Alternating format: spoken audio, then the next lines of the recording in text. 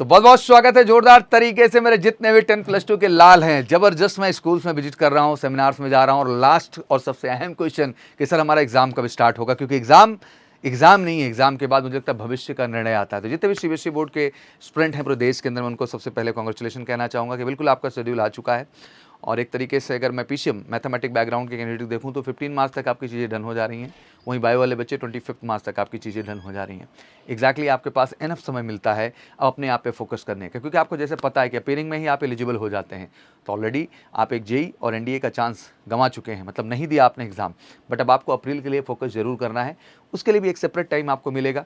आखिर उस दौरान आप क्या कर सकते हैं, कैसे बेहतर कर सकते हैं और कैसे आप जस्ट बोर्ड एग्जाम के बाद अपनी तैयारी को नए सिरे से मजबूती के साथ स्टार्ट करके अपनी सक्सेस को 100% श्योर शॉर्ट कर सकते हैं। आज इन्हीं सारी प्लानिंग्स को लेकर मैं आपके सामने हाजिर हूं। तो चलिए डिटेल में इसको लेकर बात करते हैं। तो सबसे पहले central board examination senior secondary education Delhi की जब बात करते हैं, सीनियर स्कूल सर्टिफिकेशन एग्जामिनेशन, जिसको आप 10+2 का एग्जामिनेशन कह सकते हैं। एग्जैक्टली आप शेड्यूल देख रहे हैं, शेड्यूल शुरू हो चुका है। सबसे पहला पेपर अगर टेक्निकली मैं जाके देखता हूं तो इसमें सबसे पहला पेपर आपका 21 फैब को आ रहा है, जो कि फिजिक्स का है। मैं पीसीएम ग्रुप की बात कर रहा हूँ या पीसीबी की भी बात कर रहा हूँ। इसी तरह क्रमवार तरीके से आप शेड्यूल और देखते चले जाएंगे। तो फिर आपको अगला पेपर केमिस्ट्री का, जो कि आपको 27 फरवरी को देखने को मिलेगा। 21 फरवरी को आपका फिजिक्स था और फाइनली 27 को आपका केमिस्ट्री है।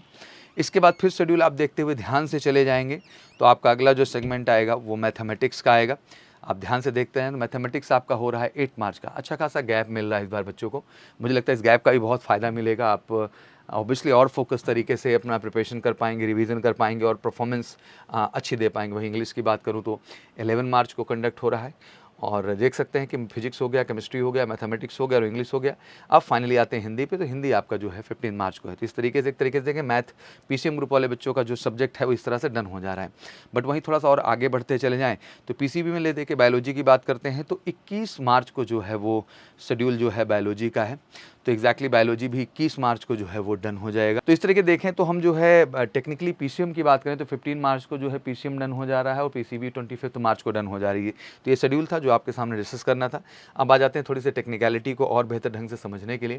तो क्लास 12th एग्जाम डेट अगर पीसीएम भी सब जोड़ दें तो 21 फरवरी से 25 मार्च है, बट अगर इसमें हम केवल पीसीएम रखें, मतलब मैथ फिजिक्स केमिस्ट्री के जितने भी हमारे कैंडिडेट्स हैं उनका ये 15 मार्च तक डन हो जाएगा। एनडीए जैसे आपको पता है 13 अप्रैल 2025 को एग्जाम है, तो 15 मार्च से लेकर 13 अप्रैल के बीच देखें तो अराउंड आपको 25 डेज एबव मिल रहे हैं। वहीं अगर हम जेई के एग्जाम की बात करें तो फर्स्ट वीक आप अप्रैल में ही मोटिव रहे, तो एक तरीके से एनडीए और जेई दोनों की रिवीजन के लिए समय मिल रहा है। और कमाल की बात है, अगर हम मैथ फिजिक्स केमिस्ट्री देखते हैं तो कोई ऐसा मेजर डिफरेंस नहीं है। एनडीए और जेई जैसे एग्जाम एक ही प्लेटफॉर्म पे जो है लैंड होते हैं। तो मुझे लगता है कि ज़रूरी है कि आप दोनों का एक बेहतर रिवीजन का मौका पाएंगे और अच्छा कर पाएंगे। एग्जाम गैप यहाँ जैसे बताया जा रहा है अराउंड 25 डेज का समय मिल रहा है। एग्जैक्टली फ़ायदा है नुकसान तो ऑब्वियसली फ़ायदा ही है। रिवीजन हो जाएगा थोड़ा सा कंप्लीट टुगेदर एक तरीके से। You will get the separate time for the mock test के लिए भी थोड़ा मौका मिलेगा, आप फोकस कर पाएंगे।